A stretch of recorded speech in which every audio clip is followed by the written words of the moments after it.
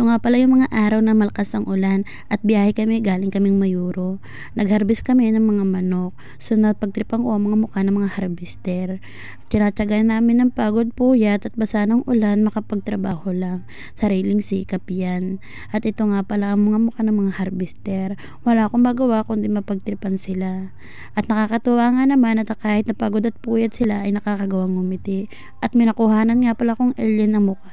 Ito nga ba ang aking mga alagang palaka o alaga kong alien talaga at nanuro pa yan at ako'y natuwa dito. Imbis na indahin ko ang pagod ay ako'y natutuwa. At ito nga palang biyaheng ito nang galing kaming Mayuro ay pauwi na. At masasaksihan nyo nga pala dito ang mukha ng aming Pangulong Bongbong Charia.